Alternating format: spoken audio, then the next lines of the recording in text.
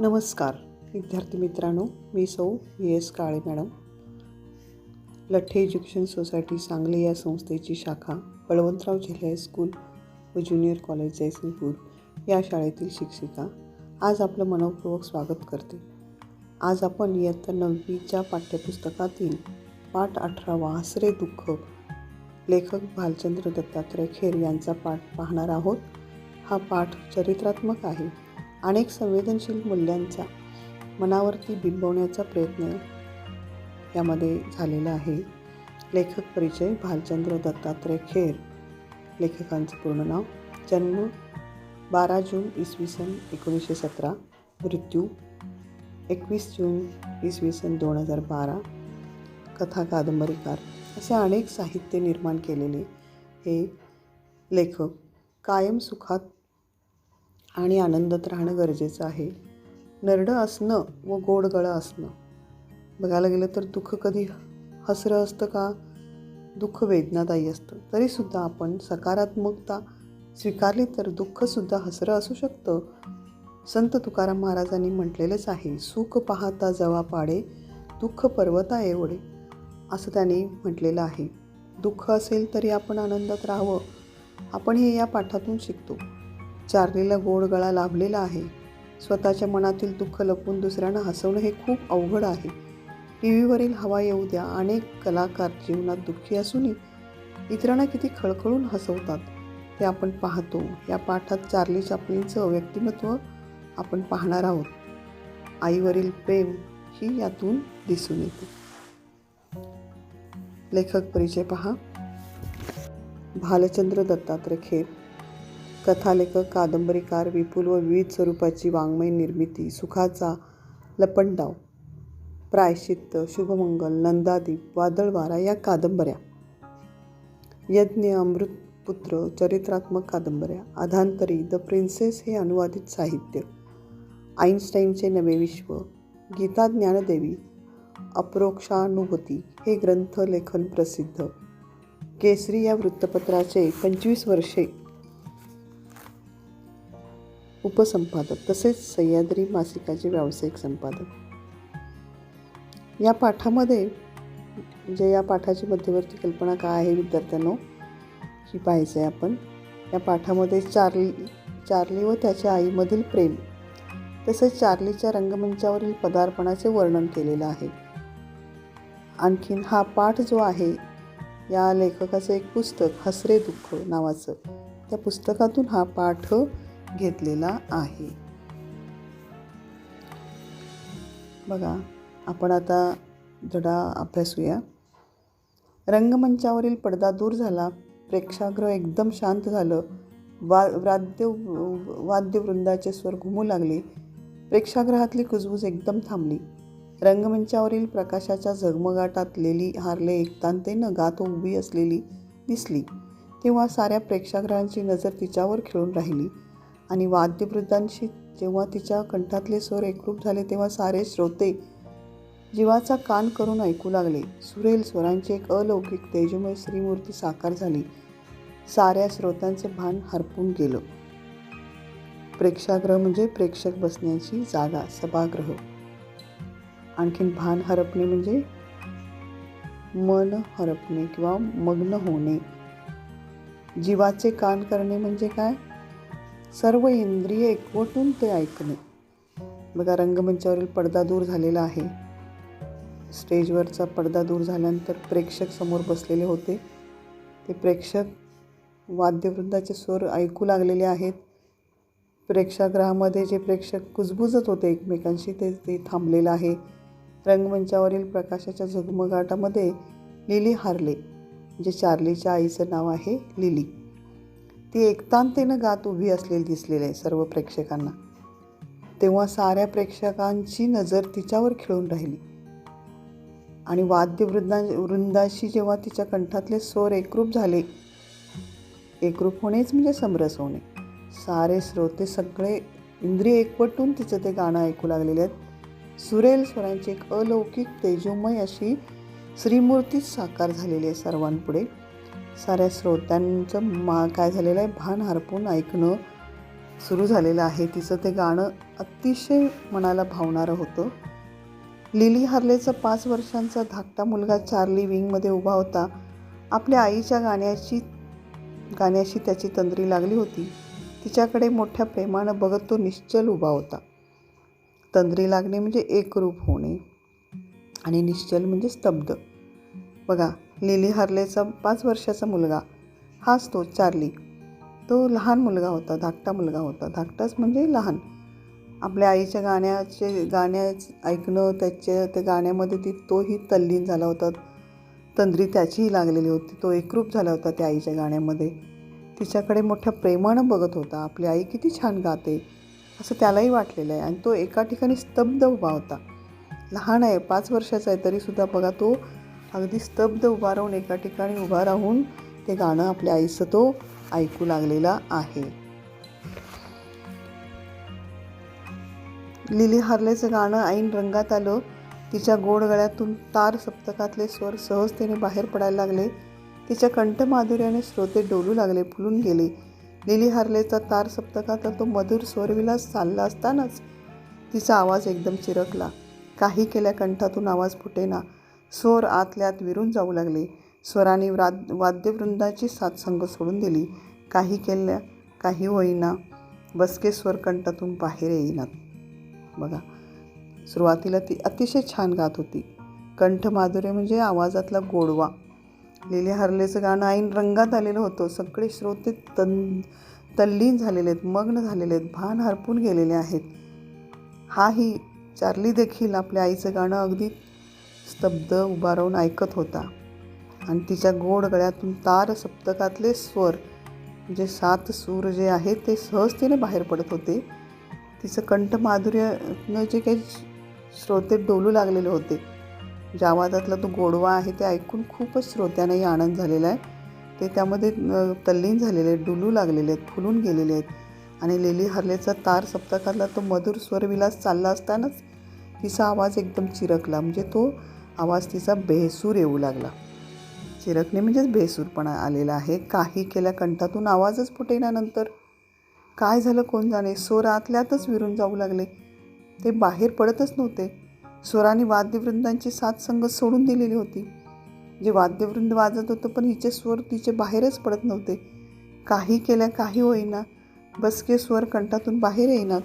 तिचा आवाज पूर्ण बसलेला आहे, बाहेर पडत नव्हता. आपल्या कंठातून स्वर प्रकट करण्याची तिची धडपड चालूच होती.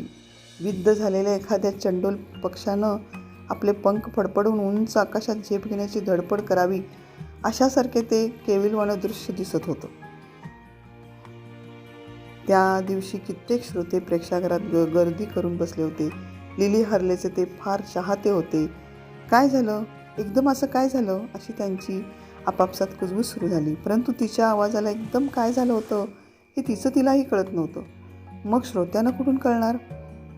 काही काळ त्या श्रोत्यांनी दम धरला, परंतु लिली हार्लेचा दम आता पुरता निघून गेला होता. विद्ध म्हणजेच घायाळ झालेला एखादा पक्षी. जे आपल्या कंठातून स्वर प्रकट करण्याची तिची धडपड चालू होती. स्वर कंठातून बाहेर पडावे तशी तिची खूप इच्छा होती. पण विद्ध झालेला एखादा चंडोल पक्षी, जे घायाळ झालेला एखादा चंडोल पक्षी जो असतो तो पंख फडकवण्याचा आणि उंच आकाशामध्ये उडण्याचा खूप प्रयत्न करत असतो. झेप घेण्याची त्याची धडपड सुरू असते. पण असं केविलवाणे दृश्य तिचं झालेलं होतं. दम निघून जाणे म्हणजे धीर सुटत जाणे. बघा, त्या दिवशी कित्येक श्रोते प्रेक्षागृहामध्ये गर्दी केलेले होते. खूप प्रेक्षक आले होते. लिली हार्लेचे ते फार चाहते होते. चाहते म्हणजेच काय, ते लिली हार्लेचं गाणं ऐकायला ते खूप आतुर होते आणि चाहते होते. म्हणजे त्यांना तिचं गाणं खूप आवडत होतं. काय झालं, एकदम काय झालं असावं असं सगळ्यांच्यामध्ये कुजबूज सुरू झाली. आपापसात त्यांची कुजबूज प्रेक्षकांची सुरू झालेली आहे. परंतु तिच्या आवाजाला एकदम काय झालं होतं तिलाही कळत नव्हतं. मग श्रोत्यांना कुठून काय कळणार काय झालं नेमकं ते. काही काळ श्रोत्यांनी दम धरलेला आहे आणि हिचा मात्र दम पुरता निघून गेलेला आहे. म्हणजे धीर सुटत चाललेला आहे. कारण तिच्या कंठातून आवाजच बाहेर पडत नव्हता आणि त्यामुळं ती हतबल झालेली आहे. तिचा धीर सुटत चाललेला आहे. आता आपण परत इथे उभे राहतो की नाही, गाणं गातो की नाही, असं तिलाच वाटू लागलेलं आहे. बघा, काही काळानंतर श्रोत्यांना दम धरवेना काहीतरी विपरीत घडलं होतं. खास विपरीत म्हणजे काहीतरी वाईट घडलेलं आहे, विचित्र घडलेलं आहे, उलट असं काहीतरी घडलेलं आहे. मग प्रेक्षागृहातील साऱ्या श्रोत्यात कुजबूज सुरू झाली. श्रोते आरडाओरडा करू लागले. आरडाओरडा वाढू लागला. कित्येक श्रोत्यांना तिचं गाणं तोंडपाठ होतं. ते भसाड्या आवाजात तिचं गाणं म्हणू लागले.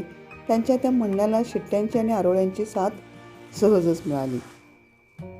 बघा, काही केल्या श्रोते दम धरेनात. त्यांचा तो गोंधळ वाढलेला आहे, काहीतरी विचित्र घडलेलं आहे, काहीतरी विपरीत घडलेलं आहे, वाईट घडलेलं आहे असं त्यांना वाटू लागलेलं आहे. आणि साऱ्या श्रोत्यांमध्ये कुजबूज परत वाढलेले आहे. श्रोते आरडाओरडा करू लागले, गाणं चालू करा, गाणं चालू करा, कार्यक्रम चालू करा. असं प्रेक्षक करतात ना, कुणालाच धीर धरवत नाही. कित्येक श्रोत्यांना तिचं ते गाणं तोंडपाठ होतं. म्हणजे खूपदा त्यांनी तिचा कार्यक्रम ऐकलेला आहे, तिचं गाणं ते ऐकलेलं आहे. ते भसाड्या आवाजात तिचं ते गाणं म्हणू लागले आणि त्यांच्या म्हणण्याला त्यांच्या शिट्ट्यांच्या किंवा आरोळ्यांची साथ सहजच मिळाली. पण ती लिली हार्ले काही गाऊ शकत नव्हती. विंगमध्ये उभ्या असलेल्या चार्लीला काहीच कळेना. हा छोटासा होता ना, 5 वर्षाचा. कावऱ्या बावऱ्या मुद्रेनं तो गोंधळून आईकडे बघत उभा होता. स्टेजवरच्या प्रकारची स्टेज मॅनेजरलाही काही कल्पना नव्हती. त्यामुळे तो आतल्या बाजूला काहीतरी काम करत बसला होता. यापूर्वी असा प्रकार कधीच घडला नव्हता. नृत्य असो, संगीत असो किंवा नाट्य असो, लिली हार्लेकडे कधीच बघावं लागत नसे. प्रेक्षागृहात, म्युझिक हॉलमध्ये किंवा कॅन्टीनमध्ये लिली हार्ले एकदा उभी राहिली म्हणजे मॅनेजर निर्धास्तपणानं दुसरीकडे बघायला मोकळा होत असे. ती उभी राहीपर्यंत काय ती त्याला धावपळ करावी लागे. लिली नृत्य करण्यात जशी निष्णात होती. बघा, विंगमध्ये उभा असलेल्या चार्लीला तर काहीच कळेना. कावऱ्या बावऱ्या नजरेनं, कावरी वावरी नजर म्हणजेच गोंधळून गेलेला आहे. गोंधळलेल्या अवस्थेमध्ये तो काय करू लागलेला आहे, आपल्या आईकडे बघू लागलेला आहे. स्टेजवरचा प्रकार काय चाललेला हे मॅनेजरलाही कळेना झालेलं आहे. मॅनेजर तर ते आत होते, कारण त्यांना माहीत होते एकदा लिली हार्ले स्टेजवर आहे म्हटलं तर आपल्याला आता काही बघायला लागत नाही. कधीच असा प्रकार घडला नव्हता.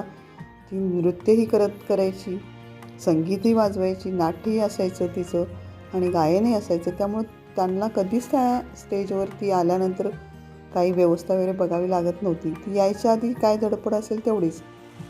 म्युझिक हॉलमध्ये किंवा कॅन्टीनमध्ये असू दे, कुठेही असू दे, किंवा कॅन्टीनमध्ये किंवा एखाद्या कार्यक्रमाच्या ठिकाणी मॅनेजरला फक्त ती यायच्या आधीची धडपड करावी लागायची, कारण ती नृत्य करण्यामध्ये निष्णात होती, तरबेज होती. निष्णात म्हणजेच तरबेज होती. तशी पियानो वाजवण्यात ही वाकबगार होती. नृत्य करताना तिच्या पदन्यासात जशी जादू होती तशीच तिच्या हातांच्या बोटातही एक प्रकारची विलक्षण जादू होती. मध्यम उंचीच्या लिली हार्लेची लांबसडक बोटं पियानोच्या पांढऱ्या शुभ्र पट्ट्यांवर नाचायला लागली म्हणजे पियानोतून स्वरही बेहोशीनं नर्तन करायला लागत आणि ती गायला लागली की तिच्या कंठातून जे स्वर्गीय स्वर बाहेर पडत ते त्या पियानोतील स्वरांमध्ये एकरूप होऊन जात. कित्येक विनोदी प्रहसनात ती काम करायची तेव्हा प्रेक्षागृहात हास्य लहरी उठायच्या. त्या मॅनेजरच्या कानावर हमखास पडायच्या. लिली हार्लेच्या स्टेजवरच्या कामाकडे कधीच लक्ष द्यावं लागायचं नाही. पदन्यास म्हणजे पावलांची लयबद्धता, हालचाल, आणि प्रहसन म्हणजे फार हास्यप्रधान गोष्ट. बघा, म्हणजे पियानो वाजवण्यात ती वाकबगार होती, त्यामध्ये सुद्धा ती तरबेज होती. नृत्य करताना तिच्या पदन्यासामध्ये म्हणजे हालचालीमध्ये सुद्धा तिची कधीच अशी म्हणजे बदल काही घडलेला आहे असं नाही आहे. म्हणजे हातांच्या बोटात एक प्रकारची विलक्षण ती जादूच होती. मध्यम उंचीचे लिली हार्लेचे, मध्यम उंची म्हणजे कमी उंचीची होती, पण लांब सडक बोटं पियानोच्या पांढऱ्या शुभ्र पट्ट्यावर नाचायला लागले म्हणजे पियानोतून सोरी बेहोशीनं बाहेर पडायचे. इतकंच छान ती ते पियानो वाजवायची आणि गाणं गायची. तिच्या कंठातून ते स्वर्गीय स्वर बाहेर पडत आहेत की काय असा भास व्हायचा. म्हणजे ते पियानोतील स्वरांमध्ये तिचा स्वर एकरूप व्हायचा, समरस होऊन जायचा.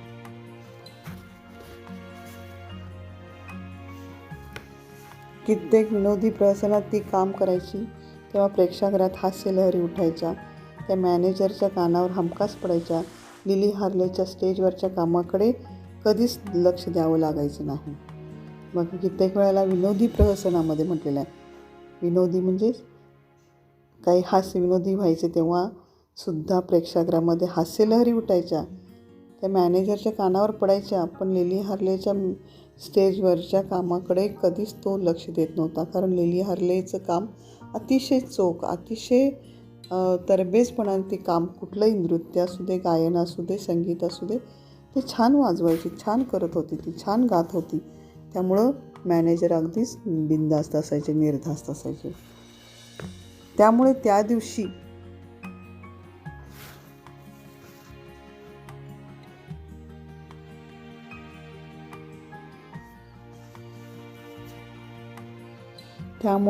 दिवशी जेव्हा प्रेक्षागृहातून आरडाओरडा आणि आरोळ्यांचा आवाज स्टेज मॅनेजरच्या कानी पडला तेव्हा तो धावत पळत आला आणि विंगमध्ये चार्लीच्या शेजारी उभा राहिला. गोंधळून जाऊन तो रंगमंचावर लिली हार्लेकडे बघत होता.